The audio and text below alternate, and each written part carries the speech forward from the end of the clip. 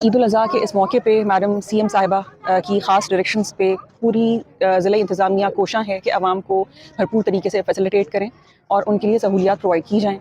पूरी तमाम टीम्स मौजूद हैं तमाम ज़िले में, हर जगह मॉनिटरिंग के लिए सफाई सुथराई की टीम्स सुबह से मसरूफ़ अमल हैं आलाइशें उठाने में। आवाम का भी ताउन इसमें शामिल है और क्लीनलीनेस टीम्स भी एक्टिवली काम कर रही हैं। और इसके साथ ही अर्के गुलाब से सड़कों को धोना शुरू किया जा चुका है ताकि आवाम को इस मौके पर एक खुशगवार माहौल का एहसास हो और वो खुश रहें। Thank you.